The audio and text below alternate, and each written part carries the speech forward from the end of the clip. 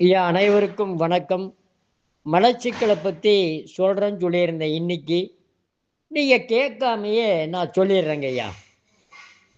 ஐயா, மலம் அப்படின்னு பார்த்தீங்கன்னா 3 விதமான நிறத்துல போகும். அது உங்களுக்கு தெரியுமா?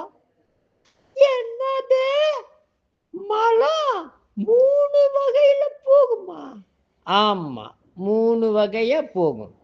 ஒன்று பார்த்தீங்கன்னா கொஞ்சம் மஞ்சளா போகும். இது பித்த உடம்புன்னு நம்ம தெரிஞ்சுக்கலாம். இந்த வாத உடம்புக்காரருக்கு கொஞ்சம் கருப்பா போகும். அப்படியே ஐயா? அப்போ சளி உடம்புக்காரருக்கு? நான் சொல்றதுக்குள்ளேயே நீங்க கேக்குறீங்களே. இந்த கப உடம்புக்காரருக்கு சளி வெள்ளையா போகும். நல்ல ஜவ்வு ஜவ்வா ஜவ்வு ஜவ்வா பிசின் மாதிரி ஒட்டி அது மாதிரி நுங்கு நுங்கா போகும். அது கப உடம்புன்னு தெரிஞ்சுக்கலாம்.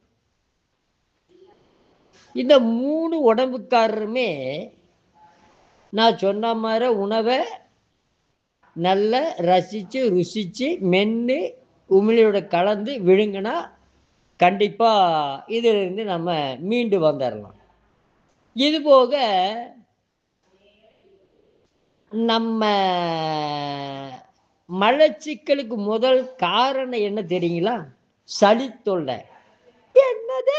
சளி தொல்லைக்கும் மலத்துக்கு என்னங்க ஐயா சம்பந்தம்? நீங்க சளியை அடக்க அடக்கத்தான் மலச்சிக்கலே ஜாஸ்தியா வரும்.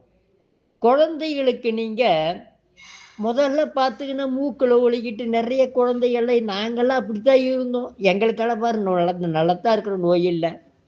இப்போ மூக்கில் கொஞ்சம் வெளியே அப்படி தெரிஞ்சாலே போதும், உடனே டாக்டர்கிட்ட போய் ஒரு மருந்தை வாங்கி வெளியே தெரியாத அளவுக்கு போட்டு அழுத்தி வச்சிடுறீங்க.